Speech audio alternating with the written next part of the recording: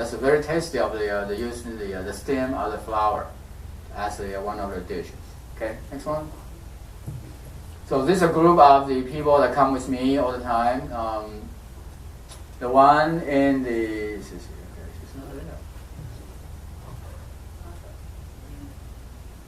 okay, so these are all Chinese students with the translator, 2 translators here, and all the other Chinese students.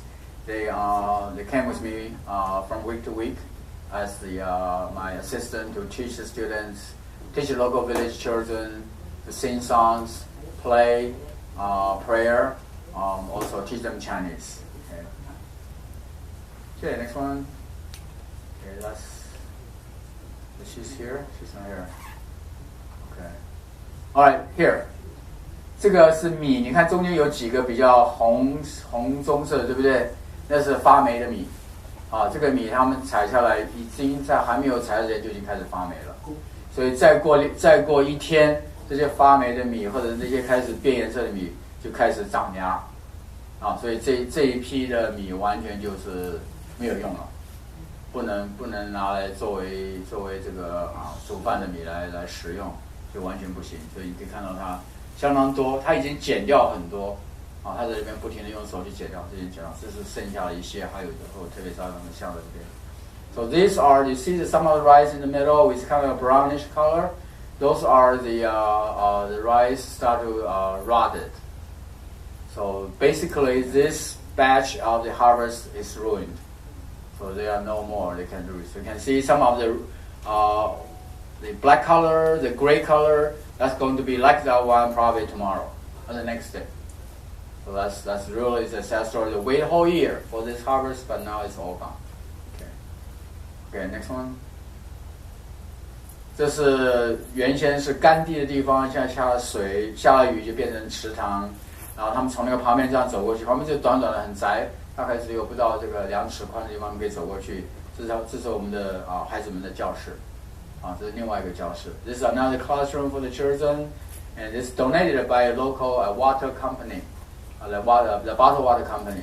And then that water is where used to be the dry land before the rainy season. But now we can catch the fish, the crab, also the small fish here too.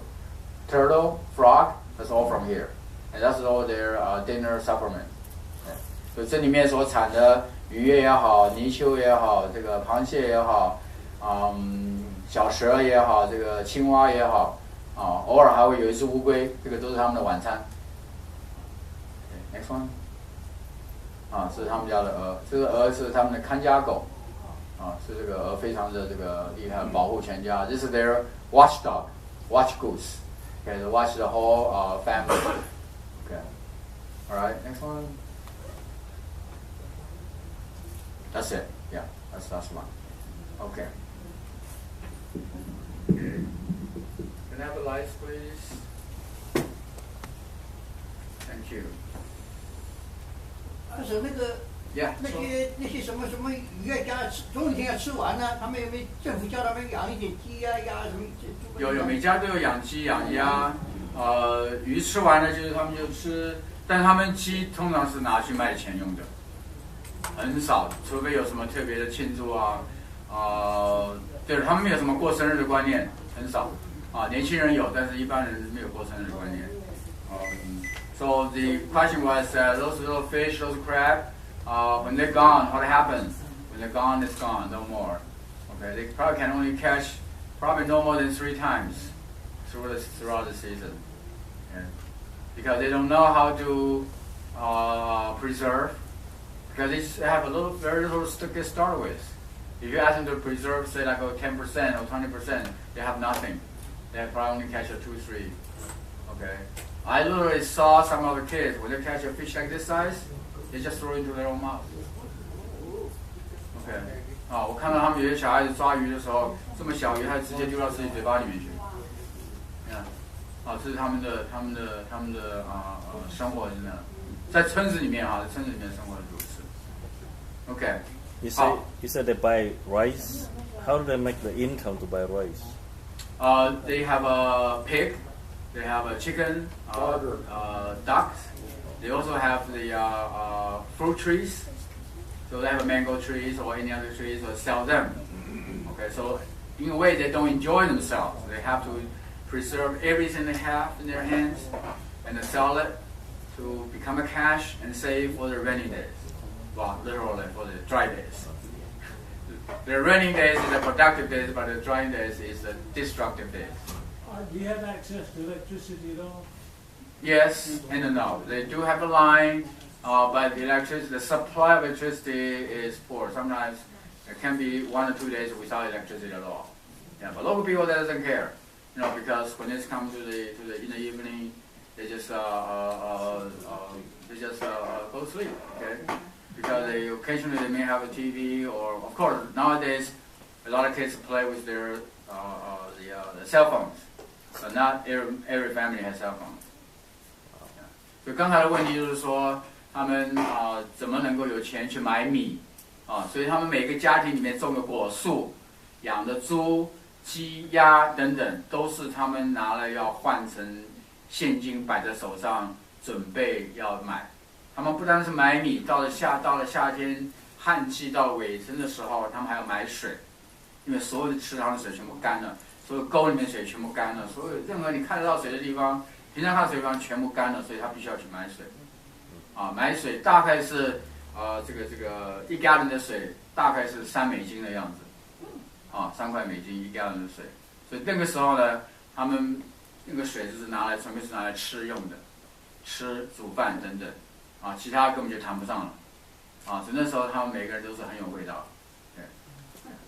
So they also instead of buying the rice, they also buy the water toward the end of the dry season, because toward the end of dry season, no water in the natural reservoir, so to speak, still available, all gone, nothing, completely dry. So God used the water to buy. So at that time, in the later part of the dry season, we can see the water tank truck traveling from village to village and selling the water. At that time, the water can only be used for eating. Okay, there's no water for anything else. Yeah. So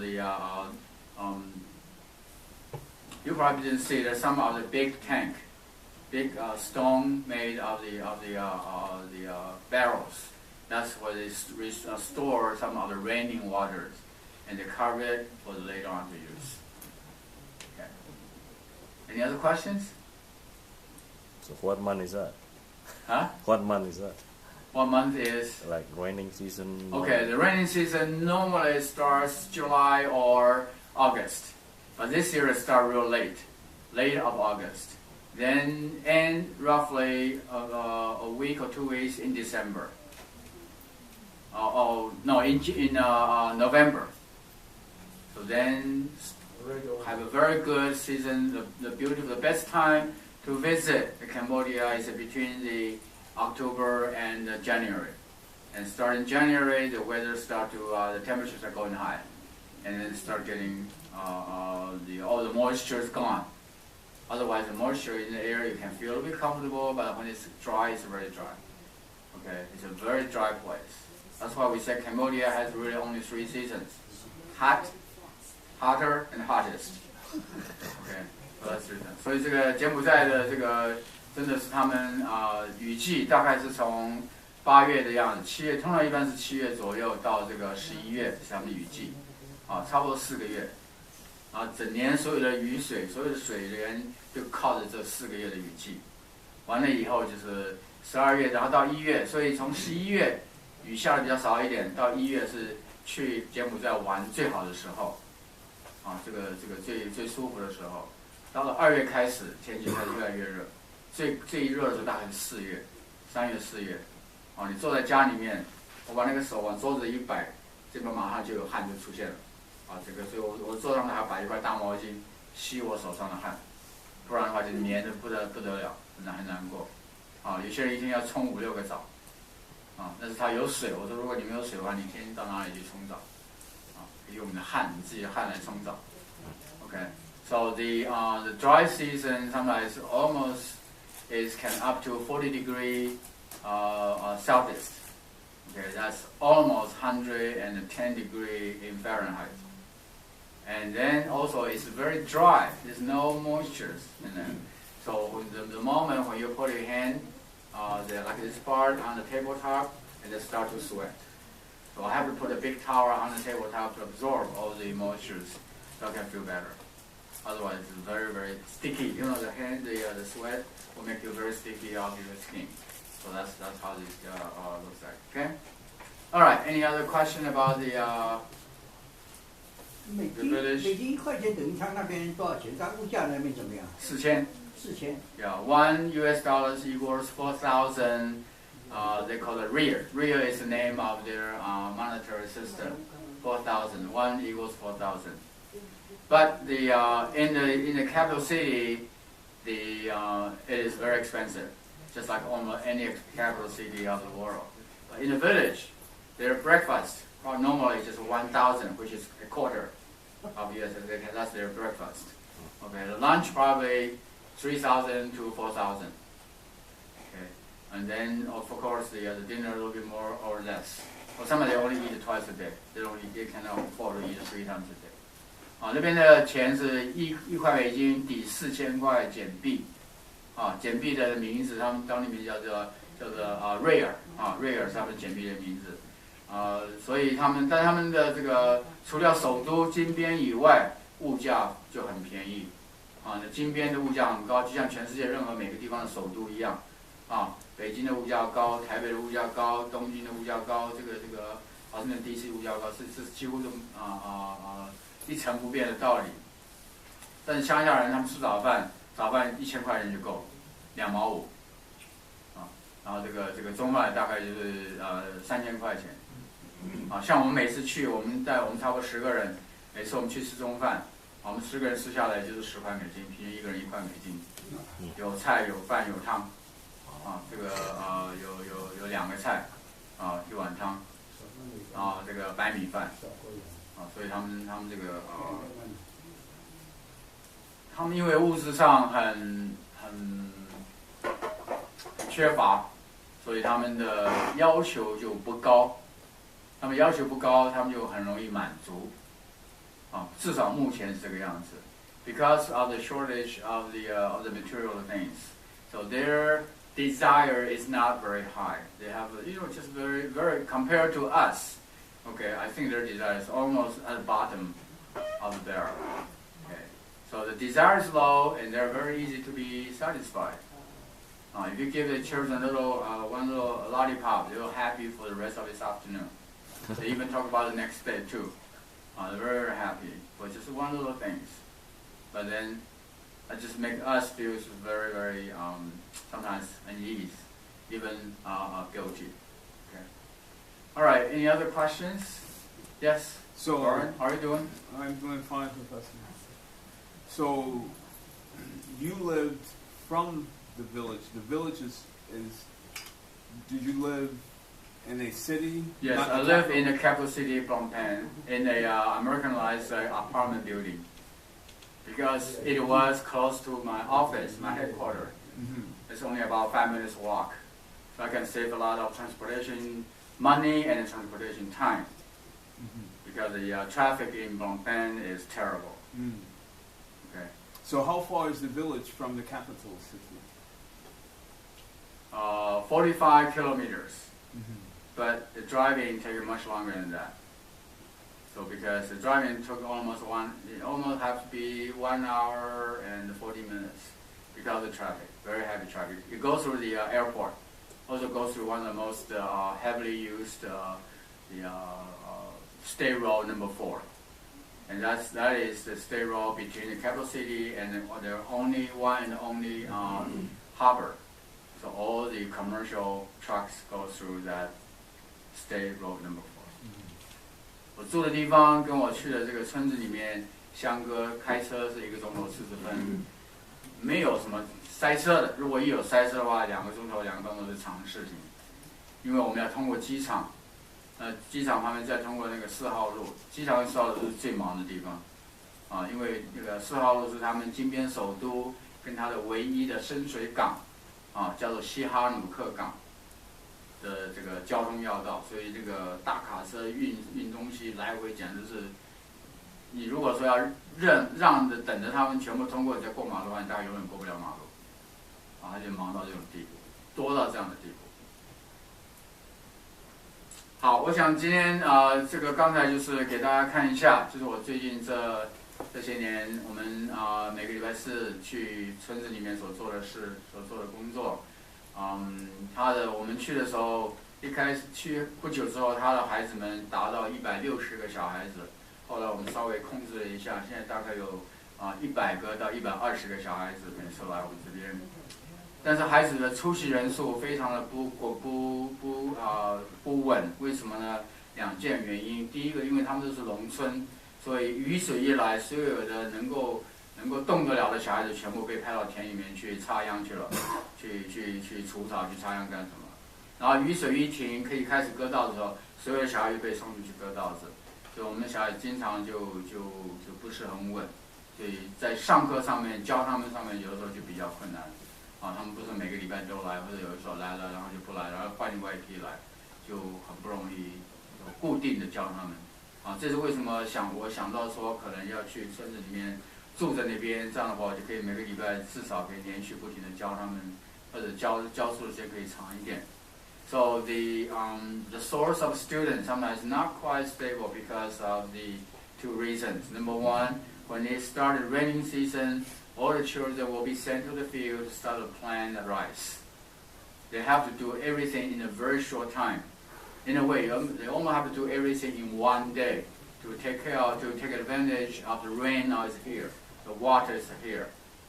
Okay, we probably can never imagine, but in the field, in the village, you waste one day, you waste a great deal of the growing time. You waste a great deal of the harvesting time also as well. So that's why they have to send every hand they have available to the field, to here and there. And then smaller kids, you can see a very small kid and carry 6-7 cows, to walk cows to drink water, so take them to the field to have a grass, because the older ones are already in the field, because they have to carry heavier or more labor content and the intense type of the job.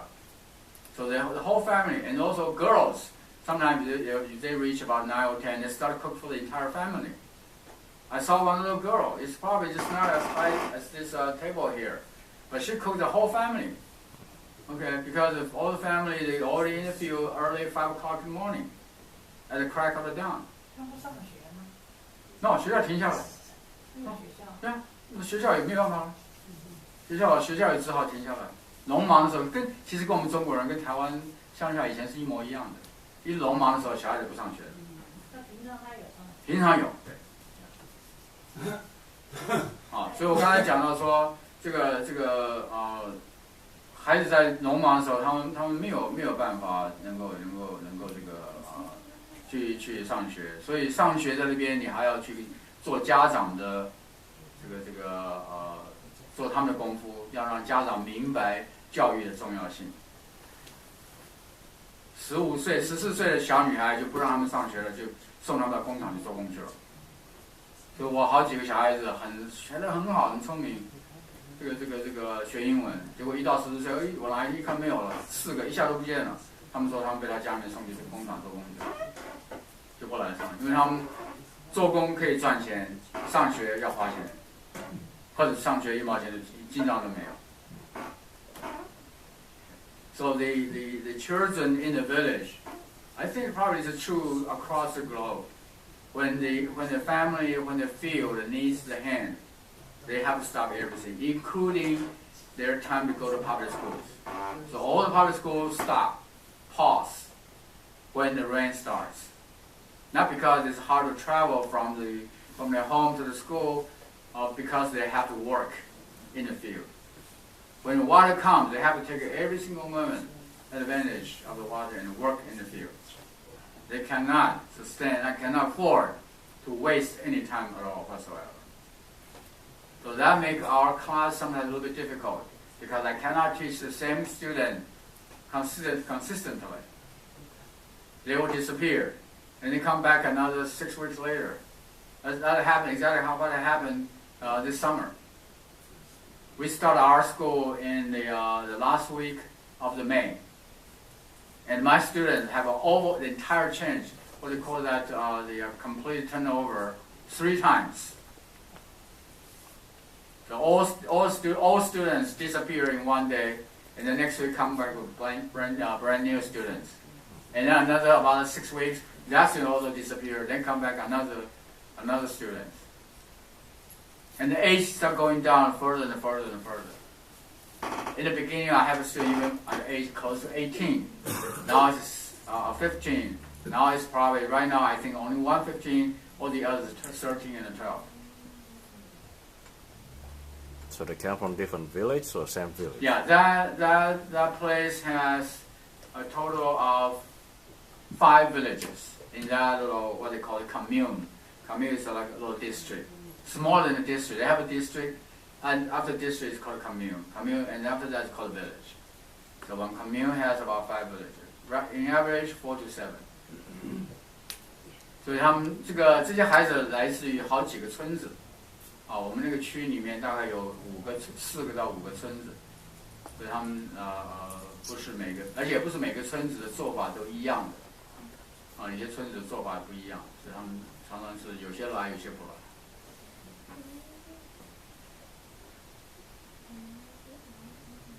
好，最后我想这个待会儿我们在一起聚餐的时候。如果还有什么其他的问题，可以再继续问我，我也很愿意再跟大家继续交谈。那这样子说好了，我以后要干什么？这个因为我预备1月6号再回去。So now I'm going to talk about what I'm going to do in the future. Okay, I've been there for 2 years. Like I said in the Sunday school class, I never feel so wonderful to be a true Christian. And let me give you a little definition about true Christian. True Christian is not just a Christian of talking or sitting Sunday morning in the church. A true Christian is a Christian that takes actions all the time. When I feel that I'm an active Christian, I just feel so content.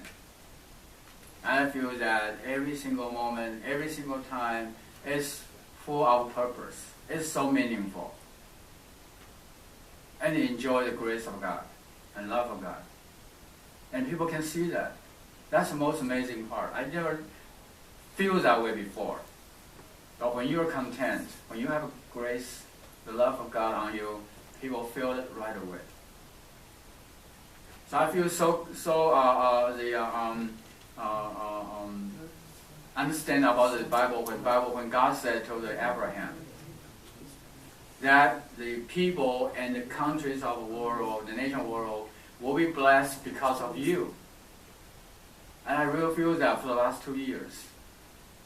在我去柬埔寨这2年当中，我感觉到最大的一个收入，这个收获就是，以前我是基督徒没有错，你们也知道，对吧？起码我每个礼拜天早上到教堂里面来，我也教主日学，也教查经班，看起来好像还是蛮不错的基督徒，但是感觉上不是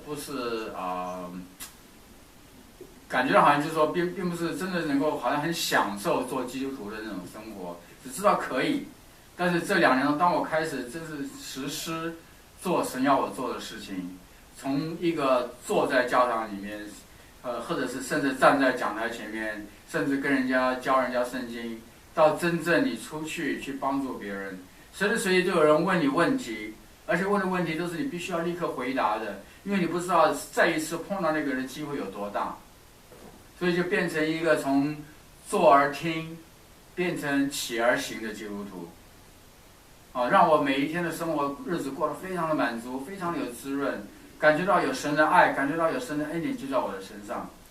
当你有感觉到神的爱、神的恩典在你身上的时候，别的人可以看得出来，每一个人都知道，他们一看就晓得，而且他们自然而然会问你问题。就有人跑来问我说：“我怎么能够变成基督徒？我怎么做？怎么能够受洗？”我在这里从来没有人问我这个问题过，那也就是我没有跑出去，所以人家不会来问我。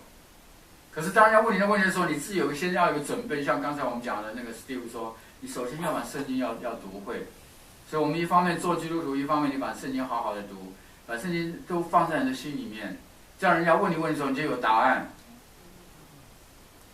啊，弟好多次在这个Facebook 上面问我问题，啊，那我看到的时候，我马上就要回答，因为有的时候我去做别的事情，可能就忘记了，就要回答他。那我立刻就要知道怎么去正确的回答他，能够告诉他所希望想要知道的正确的圣经上的消息。所以这2年的工作让我觉得，我当初到柬埔寨来的这个决定的的确确是神要我去的，不是我自己一个人脑壳子发热，一下子冲动，一下子干嘛，觉得这里没有事干，我要到那边去，不是这样的，是一个很清楚、很理智的，几乎可以说不带感情的、很理智的一个行为。那我们每一个人每天的生活要有情感方面，也要有理智方面，因为我们都是受过教育的人。我们不是没有受过教育的人，所以我们要在理